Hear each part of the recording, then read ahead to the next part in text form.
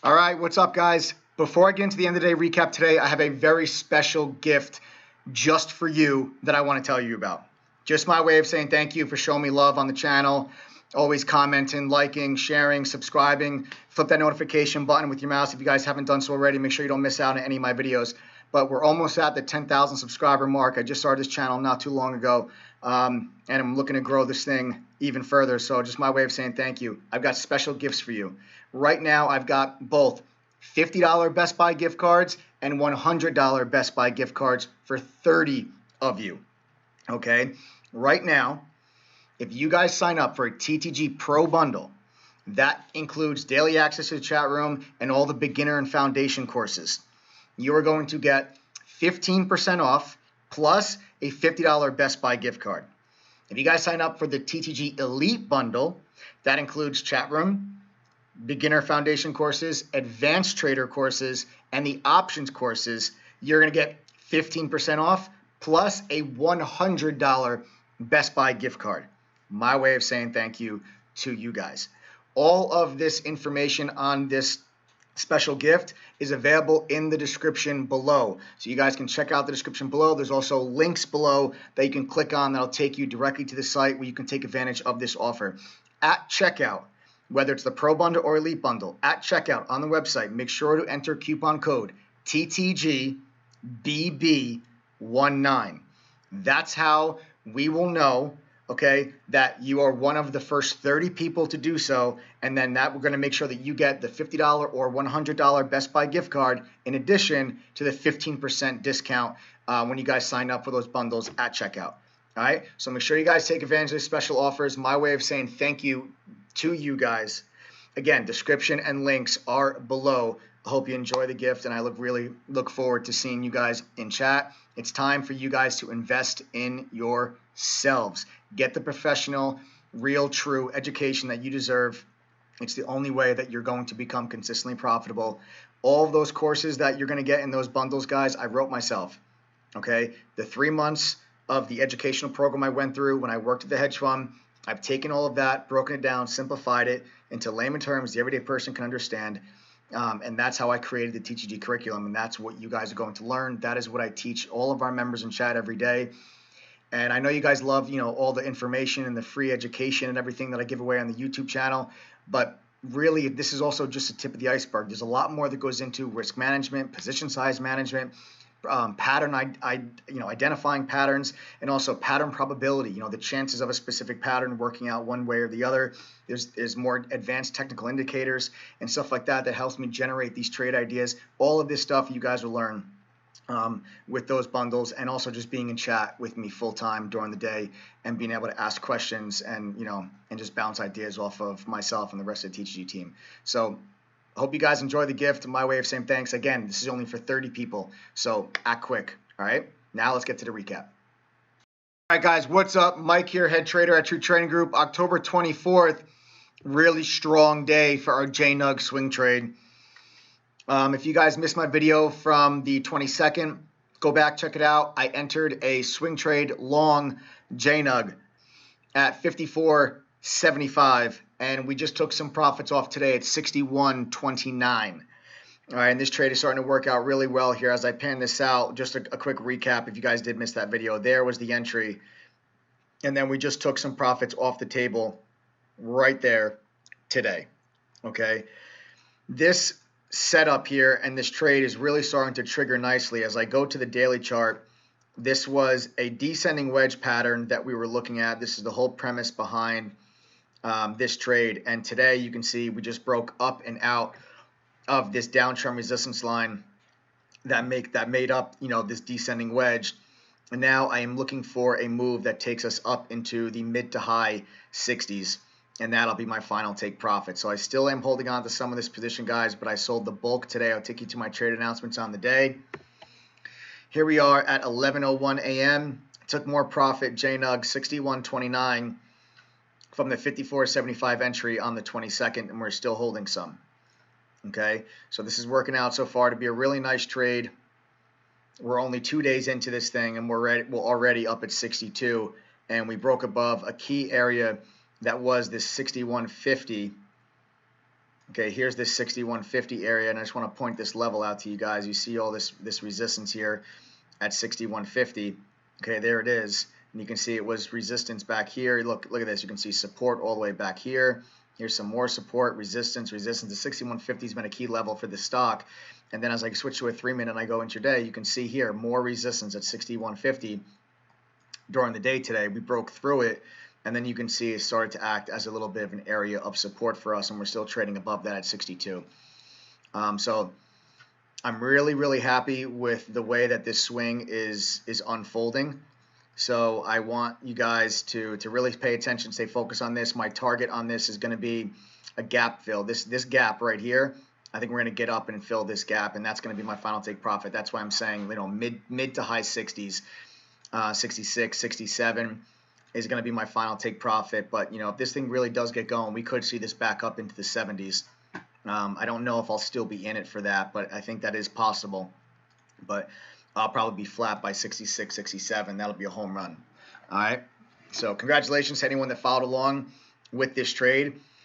I lost some money today on some day trades, but the take profit on JNUG puts me well into the green on the realized gains from the day. So I'm going to get into some of those other trades with you guys today. I traded Tesla. This was a small win.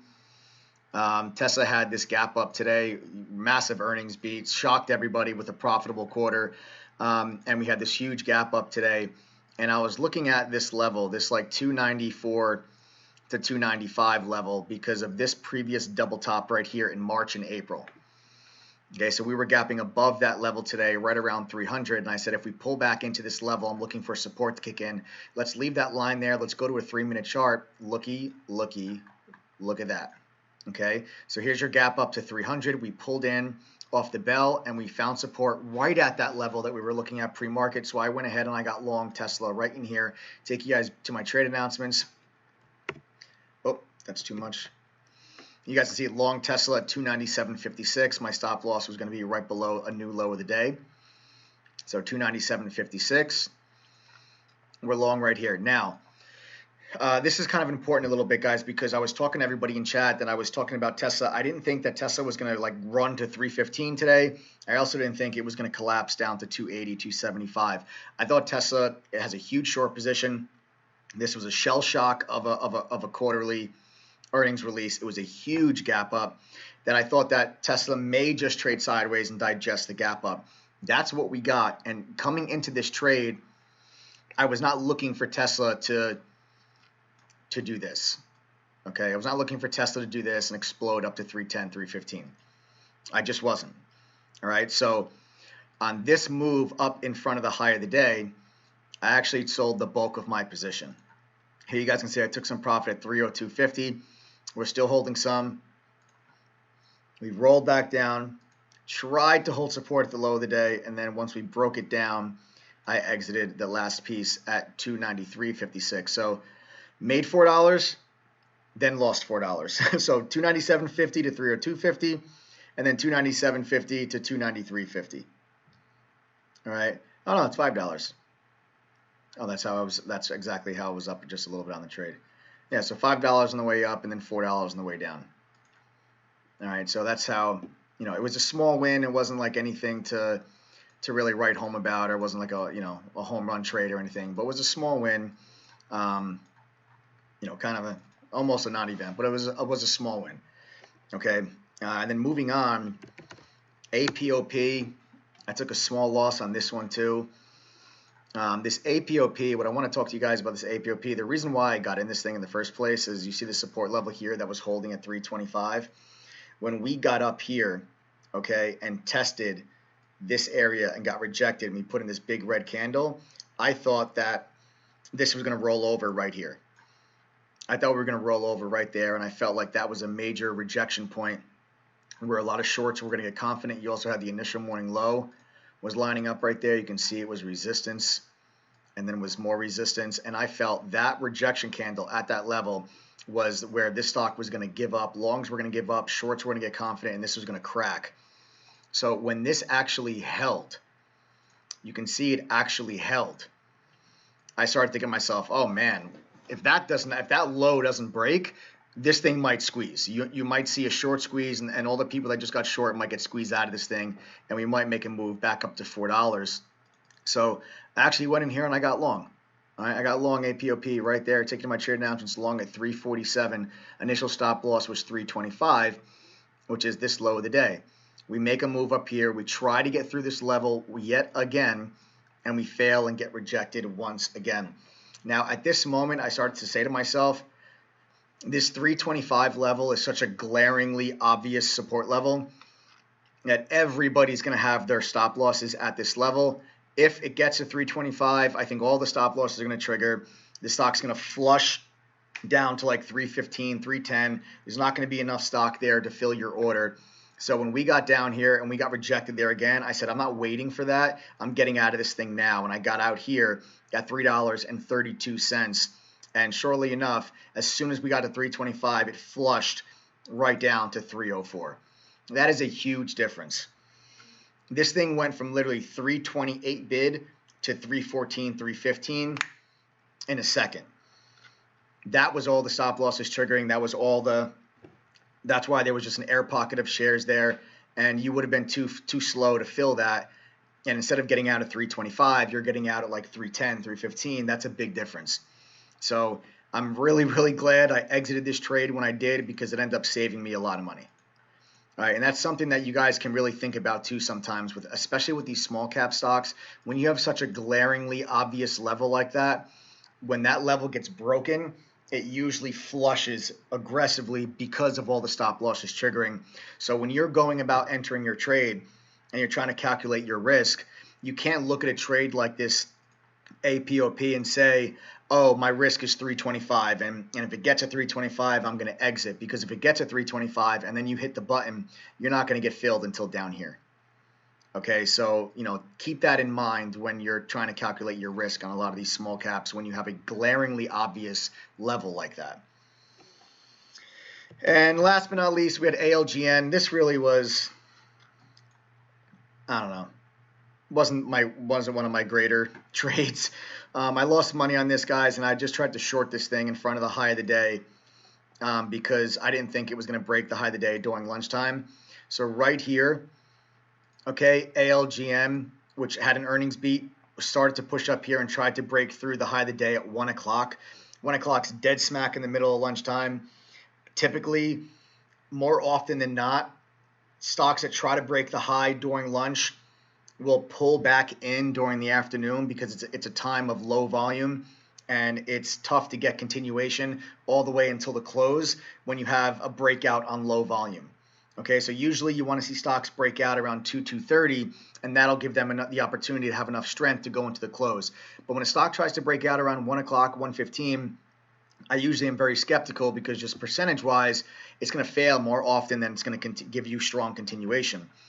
So when I saw this try to make this move here going into the high of the day during lunchtime, I decided I was going to short it because the risk was so small. I was risking $1. So here you guys can see I got short at 249.55, right there. Okay, so there's the short. Oh no, it's actually over here. So there's the short.